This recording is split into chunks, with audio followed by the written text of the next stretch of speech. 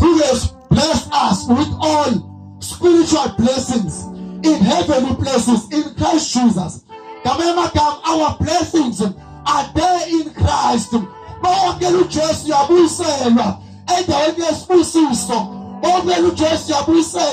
In the place of abundance, in the place of provision, where our needs are met. So la esfunda khona uPaul uthi ke verse number 6 uthi uPaul who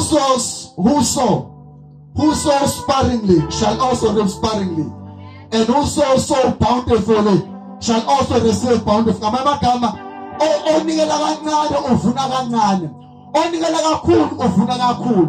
Kusho ukuthini lo? Kusho ukuthi uma usuJesu usendaweni lapho zonke izidingo zakho zihlangabeziwe, kodwa ukunikela kwakho ikona okushoyo ukuthi kulezi ibusiso uNkulunkulu anginikeze zona ufuna ukwamkela kongakanani. Ingakho uma ufunda 2 Peter chapter 1 verse number 3 and 4, let God according to his divine power, he has given us all things that we want. Ngamema kamyonke into esidingayo uze siphile emhlabeni uNkulunkulu usibuyisa ile ndaweni la khona zonke izidingo zethu zihlangabezwa khona. So uma unikela kancane uthi kulezi zinto uNkulunkulu anginikeze zona, kulezi ibusiso zakomoya uNkulunkulu anginikeze zona uKristu Jesu, ngifuna ukwamkela okuncane. Mawunikela kakhulu, it's a principle.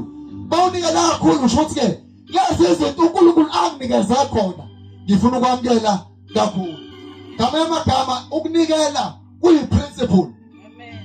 uNkulunkulu wenza nje ufike wasibuyisela la khona yonke into esidingayo emayelana nokuphila kwethu ikho. Bese athi ke kulokhu ke okwakho lokho, kodwa kukuwena ukuthi ufuna ukwamkela ongakanani. So mawunikela ke kancane usho ukuthi kukho konke uNkulunkulu okunikeze khona ngifuna okuncane. Mawunikela kakhulu uthi ke God ngifuna okukhulu. Amen.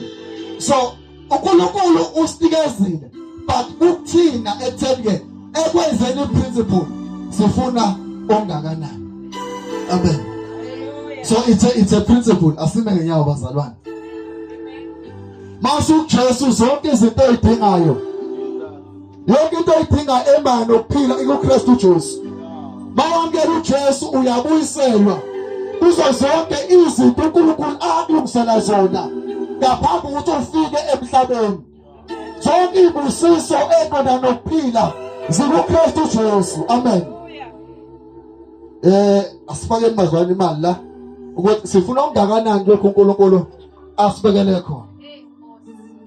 Asithisaphe bazalwane, mina ngifuna ukukhulu.